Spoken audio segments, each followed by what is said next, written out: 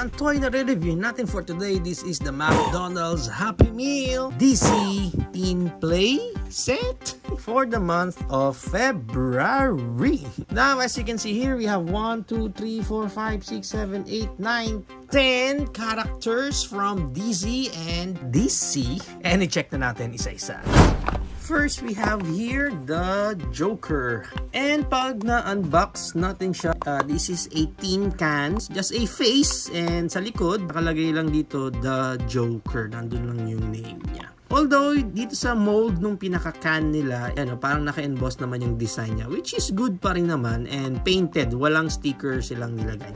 Okay, so para dito sa Joker set natin, meron tayong mga card dito, and meron siyang side A, which is yung whole body, and side B, yung mga heads lang nila. So, there are two ways para malaro natin itong set dito ni Joker. First game natin is itong haha na card na to, kailangan tanggalin natin yan. Kasi parang Joker lang siya, literal na Joker. Kailangan yung side A niya, naka-face down dyan. And then, magkukuha ng card yung each player ng tiga-anim na card. So, 1, 2, 3, 4, 5, 6. For example, hawak na natin itong mga cards natin. So, kunin natin to. Uy, merong Joker. So, pag may Joker na ganyan, tanggalin natin. Kuha ka na lang ulit kasi nabawasan ka ng isang card. Okay, so ang pinaka-goal lang ng game natin dito is mabuo mo yung mga characters natin dito, yung tinatawag nilang family ng characters. So, for example, right now, we have here, nakatatlong flash tayo kaagad. Yan. So, itong tatlong flash natin, pwede mo na ngayon ibabayan dyan. Kasi, nakompleto na natin yung flash. Ngayon, for example, tayo na yung titira. Mag-a-ask ka ngayon dun sa isang player, either character or color. Pwede kang mag-request sa kanya. So, halimbawa, nag-request tayo ng give me color red.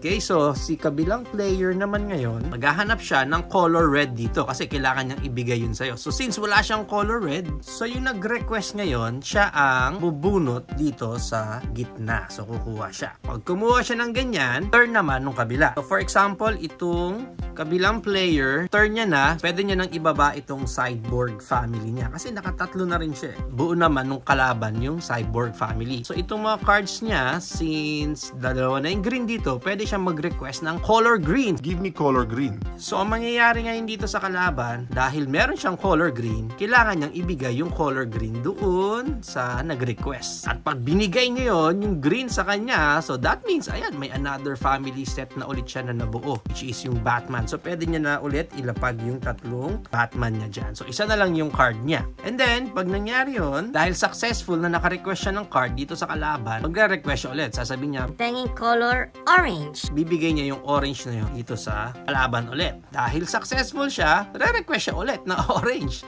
So, sasabihin niya, Penging orange. bibigay ulit ng kabilang player. And then, dahil nakompleto mo na another family, which is yung Joker mo, pwede mo nang ibaba ngayon dyan. So, wala ka na hawak na card. That means na nabuo mo na yung mga family na meron ka. Yung player na yun ang mananalo. Now, yung pang second naman na game natin para dito, this time, ang gagamitin naman natin is yung side B ang nakaharap dito sa gitna. And then, kuha yung each player ng apat na card. So, meron na siyang apat na card dyan. Then, itong kabila, 1, 2, 3, 4. Meron na rin siyang apat na card dyan. And then, ang mangyayari is, i-flip nyo muna yung pinaka-top na card dito. And then, dun kayo magsisimula. Okay? So, it's like parang connect the dots lang na game. So, kung sino ulit yung youngest, siya yung first na magbaba ng card niya. So, meron tayo dito Joker and isang ha. You will check your card if you have the Joker or ha. So, I have the ha and I also have the Joker. So, I'll choose Joker and then put it here. Yan, para mai-connect natin dyan.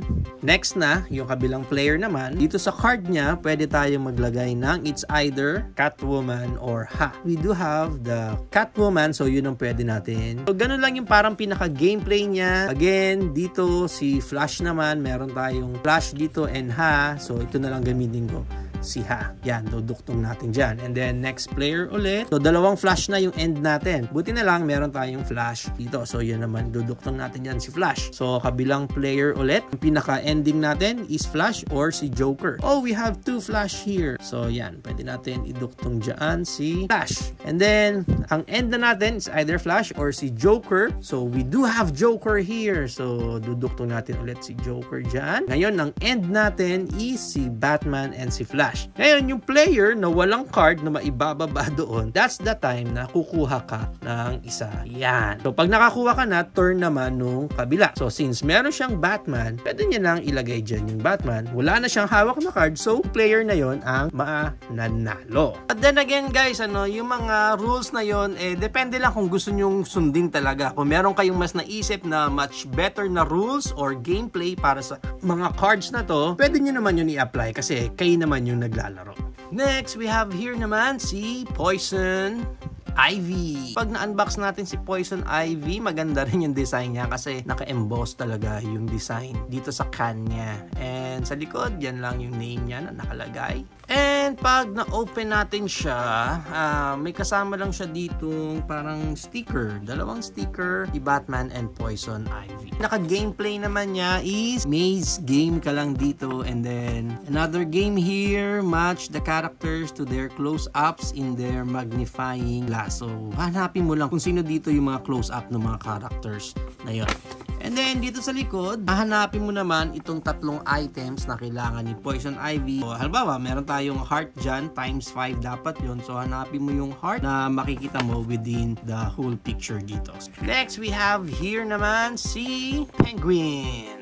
And ito ang pinaka-design ni Penguin. Maganda rin ang pagkaka-emboss ng design niya dyan. Sa likod, yung name lang niya na Penguin. And pag na-open natin dito yung lata ni Penguin, nandito lang din yung kanyang stickers. Penguin and si Riddler, silang dalawa dyan. And yung game set naman dito nung kay Penguin is meron tayo ditong spot the difference. Yan. And meron din siyang maze. And then, meron din dito yung hahanapin mo yung mga items na kailangan naman dito ni Penguin. Next, we have here naman si Riddler. And then, yung pinaka-design niya dito, maganda. Medyo makulay dito si Riddler and naka-emboss din yung kanyang mga designs. And sa likod, yung name niya na Riddler.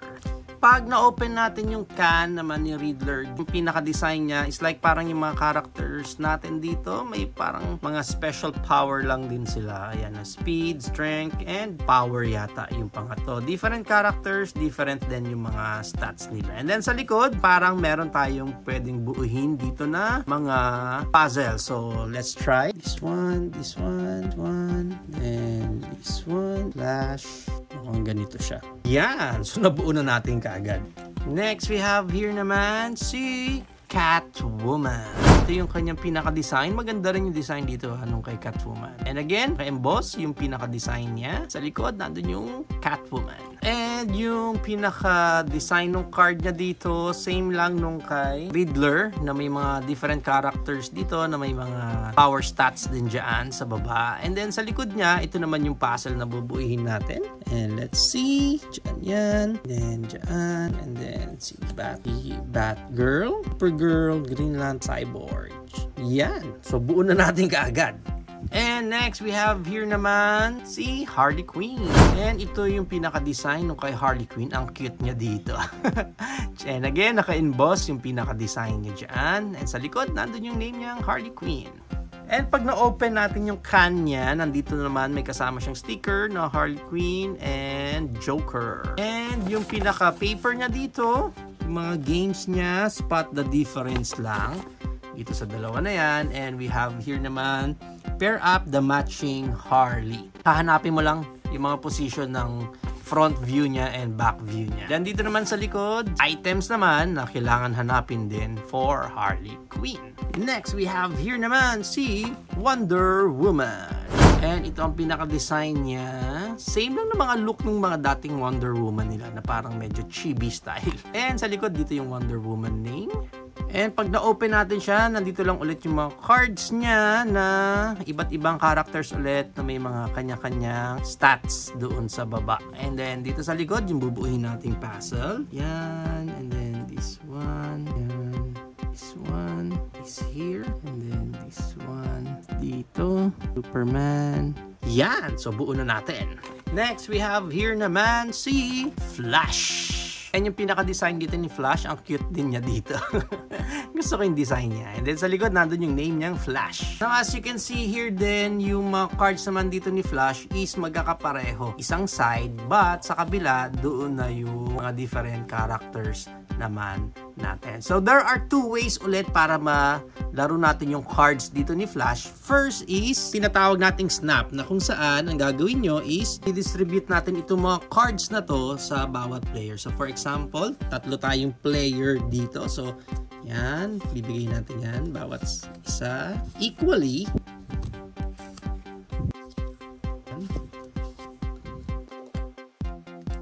Yan. So, pag na-distribute na equally, yung youngest ulit na player, siya ang unang mag-flip ng card niya yan sa pinakataas. Yung susunod, play left. Next player naman, siya na may mag-flip dito sa card niya. And, lalagay niya. Yung susunod, and lalagay niya yan dyan. Hanggang sa makakuha kayo mismo nung match nung mga cards nyo. Just in case lang na, halimbawa, ito, penguin, and then penguin ulit, yung magkapatong dyan. Yung player na yon sisigaw siya ng snap. And then, kung sino yung unang makagawa niyan, siya yung winner. I'm not sure kung tama yung pagkakaintindi ko dito sa manual nila. Pero parang ganun lumalabas yung game. Yung second game naman, para dito sa cards ni Flash, ito pinakasimple lang din. Kasi lalatag lang natin lahat ng mga cards na dyan. So, this one is more of a matching game lang na pipili lang yung each player. Again, magsisimula doon sa youngest player. Then, flip lang niya yung card niya dyan and then pipili siya ng isa pa. Pag hindi magka-match yung dalawa na yon, flip back niyo lang ulit yon. And then, yung next player, siya naman yung pipili hanggang sa makakuha kayo ng parehong card niyo. Pag just in case, makakuha na kayo ng same card, pwede nyo nang kunin yon. And then, kung pinakamaraming may ipon na same na card, siya yung mananalo sa set na ito. Next, we have here naman si Cyborg. Now, pag na-open natin siya dito, ito yung pinaka-design niya. Okay yung design nyo. Maganda yung pagkaka-emboss din sa character na to. And then, dito sa likod, nandito yung name niyang Cyborg. And pag na-open natin siya, nandito lang din yung mga sets ng card niya na nandun yung mga stats din sa baba. Different characters din yan. And sa likod, nandito na yung pinaka-puzzle na bubuuhin natin. Yan. Yan. So, buo na natin agad yung puzzle nung kay Cyborg. Last, we have here naman si Batman. And pag na-open natin siya, ito yung pinaka-design niya. Parang si Batman yung pinaka-simple sa lahat. Mukha siyang teddy bear kasi yung tenga niya dito hindi patusok. Yung ilong lang niya. And sa likod, nandito yung Batman. And pag na-open natin siya, nandito yung kanyang stickers. Mga logo stickers niya. Then, yung pinaka-paper lang niya dito, match the silhouette. Match nyo lang daw, yung mga anino nila dyan. And then, we have here, get 3 stickers in a row to win. So, yung mga stickers natin kanina yan, parang tic-tac-toe lang naman siya. But I think much better kung wag nyo nang gamitin itong sticker, gamit na laki ng pencil para pwede nyo ma-erase and magamit pa ulit. And then, dito naman sa likod, nandito yung mga items naman na hahanapin for Batman. And para sa size niya, nung bawat isang tin can dito, I think nag-range lang siya ng mga around 3 inches yung taas and yung haba niya mga 3.5. So most likely, naman yung sizes ng bawat isa. There you have it now guys. Ito na ang McDonald's Happy Meal for the month of February. Dizzy Lata. I'm not a fan of this set kasi parang pinaka-selling point lang naman niya is you will have these tin cans. Yun, lata lang naman talaga siya. And as we all know, sabi nga nung iba, looks like they are really going out under the umbrella ng using plastic. So that's why it's either paper or can ang makukuha na natin sa kanila. Pero don't know, ano? Kasi meron pa rin naman talagang parts ng mga plastic dyan. But then again, for this set, okay sa akin. Okay sa akin yung design niya. Maganda yung pagkaka-execute, yung pagkakagawa, naka-emboss lahat sa mga design. But for me, yun lang eh. Yung mga games na nilagay nila dito, halos pare-pareho lang naman. Itong pinaka-card game lang, yung nung kay Joker and nung kay Flash, yun lang yung parang pinaka-ayos na game for me. Kasi yung iba, as in parang newspaper game lang. Para kang nagbukas ng dyaryo and then may game dun ng puzzle, toss out, tic-tac-toe, find the item, mga ganun lang eh. Pero at least kay Flash and kay Joker, kahit papano, may malalaro kayong card. if you are not into DC characters naman and you just want something paglaruan within your Happy Meal na binili mo, I think mamimili ka lang kung alin dun yung game na pinakagusto mo. And I would suggest talaga it's either you get Joker or si Flash. But then again, kung DC collector ka talaga, hardcore fan ka ng characters na to, maganda to, buuhin mo isang set agad sa collection mo.